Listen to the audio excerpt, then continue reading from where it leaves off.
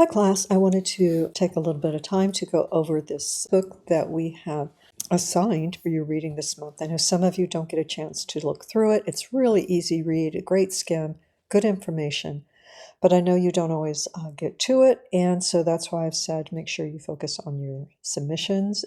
If this is slowing you down reading this particular assignment each week, then save it for after you make your submission. It will be helpful to you, but you're not going to be graded on it per se. Okay, so let's jump in. The Laws of UX. This is by Jan Jablonski, and this has been updated. There's a number of additions. The thing is, the theory doesn't really change very often, so it's something that once you learn for the next 10 years at least, it should be really useful to you. Why do we practice UX, user experience? To design better user experiences, and based on psychological principles, the things that we have learned about people and the way we absorb design, the way we take in content. These are the things that we have boiled it down to that you can actually use and help ensure that your users have a better experience. As we said, there's psychological principles. They explain how the user interacts with our design, and they help make our interfaces a little more human-centered, a little more intuitive, because people don't like to come to our site and think. They want to be able to land on it, have it be in some sort of common organization. The contact in the last position, for example, the home in the first position, these kinds of things separated by blocks, because that's how our mind breaks things down in quadrants when we're skimming a page. So these are the things we want to do. This is where these laws have originated. The reason they're important is because they do help the user scan. We know that's how people take in information. We know they prefer familiarity. That makes it quicker. And we know they don't want to spend a lot of effort when they've come somewhere to get just the information they need. Good UX reduces that friction, and it helps build trust with your user, that they know when they go there, they're going to be able to navigate your site, get the information they need, and perhaps then trust what you're giving them because of it. So Hicks' law tells us that the more choices people have, the slower their decision process, right? And we don't want to slow them down. So we limit the options and we prioritize those actions that they have to take. If we're writing instructions for you, I don't want to have you make too many decisions. I want to make it clear what the priorities are, because those are the things that you have to do. And what I've discovered is that when we have a lot of instructions, students really don't know what the priority is because they think it's all important. And it is on some level, but there are steps within the instructions that are actually more priority, right? So that's why we kind of keep things low as far as how many choices people have to think about when they come to our site. We don't want to give them a lot of pages to go through. They'll have a harder time knowing what they want to do. We like when we have limited options. We like options, everybody likes options, but when we get too many, we get overwhelmed and we bounce. Whether that's a menu, whatever it is, we get overloaded and we don't stay. So Fitts' law is another one. It's common sense, but it's easier to think about, and it's when we talk about it for our websites, it's something that we can remind ourselves how important it is and how we should use it. And that is that bigger and closer targets are easier to use.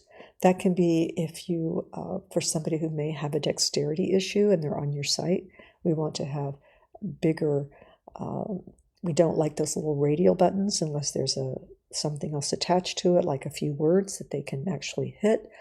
And so examples of this are going to be in factories, right?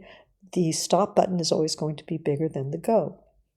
Your brakes are going to be larger than your gas pedal, right? So it's critical for our buttons, and it's critical also for our mobile design because that's a smaller screen. So Fitts' law is simply, it's easier for people to use our site when it's easier to hit the targets, right? A lot of content doesn't leave a lot of room for the navigation that we expect them to be able to work with, right? So Jacob's law is that we expect familiar patterns, and that has a lot to do with what I was saying before. The contact being at the end, for example, the navigation being in the header usually, so we don't have to look for it. And we don't need to be creative in those locations. There's lots of ways to be creative, but we don't want to make it so creative that the user has to work harder to get to the things that they're used to looking for.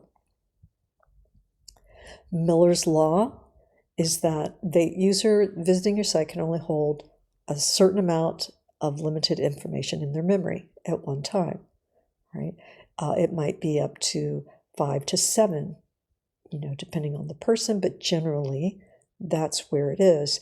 And so we chunk content into smaller groups. We don't give a lot of information. And when we are doing things like, here's an example of your Wix layout, they've kept it very simple. They have the icons, and then they could go into an explanation about the adding elements. They could tell you more about it, but this isn't what they want to do, and it's not the place for it.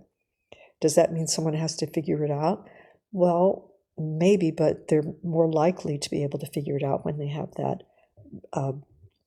space cleared in their brain to be able to understand what these are. They don't have to look and find the most important words in a line of text to help them. So, sometimes it's just better to cut things down and help them make those connections visually, right, than giving a lot of content for them to memorize. The navigation in the Wix platform, for example, there's not a lot of icons. And in fact, our students mostly use add elements and pages and menu. So that makes it a lot easier for them to learn to build sites and for them to actually do what they came to do. The law of proximity. When you've had graphic design, this is true. You also use it in film. Anything that is visual, we're going to use this. Items close together are going to feel related, right? Using spacing intentionally, grouping, that helps, right? So we don't throw things into our layout that we don't need. And if we do need it, we're going to put it next to, what it relates to. Okay? So the Doherty threshold means that fast systems feel more productive. Yeah? So we want to make sure that our site isn't sluggish, that we don't have a lot of videos, a lot of content on it, a lot of images. We don't want it to slow down. And what it means when they're saying aim for instant feedback, that means how long does the user have to wait for something to finish loading, for example. Any of that is downtime. So for them, and that doesn't feel like a productive system, right? They can get more if they can go through quickly. So the law of similarity. Similar elements are going to feel connected, right? And things next to each other, like the proximity, are going to feel connected, right? If you're at a wedding and you're standing next to someone, you don't know them, but somehow you're grouped with them, like maybe just another person, and the others are kind of spread out, people are going to think you're together. They're going to think that you came and you know each other. It doesn't always have to be the case, but, that's what people will instinctually imagine, that that's a group because they're close together. So similar elements are going to feel connected likewise. Keep buttons and links consistent because that helps them understand that this is connected in some way. They start to look for a pattern. We like to see patterns so that we don't have to spend our time on things that don't make sense to us. We don't want to have to figure out something where there isn't a pattern. That is incredibly frustrating for people, to try and figure out what the pattern is when there isn't one, right? Really tough. Let's see. Aesthetic and usability effect. So the more attractive a design is, the easier it feels to use. And that usually involves simplicity in some way.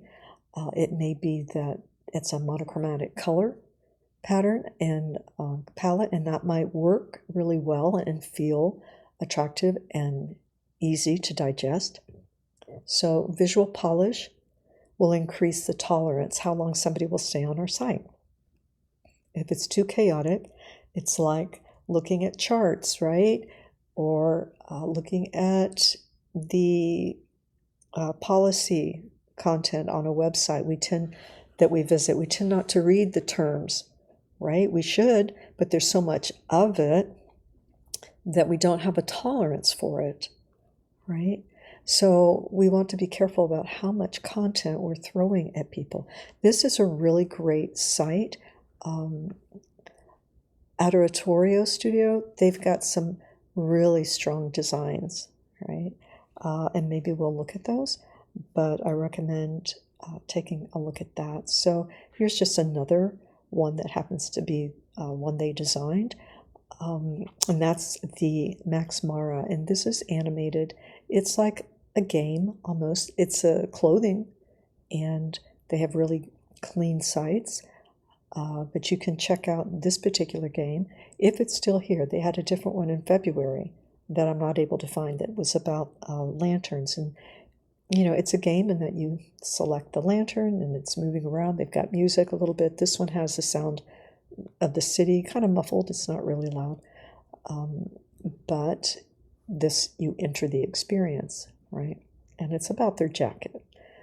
But they keep it simple, and their site doesn't have a lot of inventory either. It's really simple, very expensive, but very simple. Legibility helps you read letters. When we say, let's make sure it's legible, right? Like the Max Mara, we can read that. It's clear, it's dark over a pale background, easy to read. Readability helps you understand the message. So that can even be images, can be, you know, is it readable? Do we understand what it's about at a glance, right? So Tesler's law is that we need to avoid complexity as far as on the user's end. We don't want them to see all the complexity. It doesn't mean that there's not complexity behind it, you know, where they can't see it. What a graphic designer does is they take a lot of information and they try and simplify it in a way that anyone can understand it. So it's digestible and visually. That's what a graphic designer does.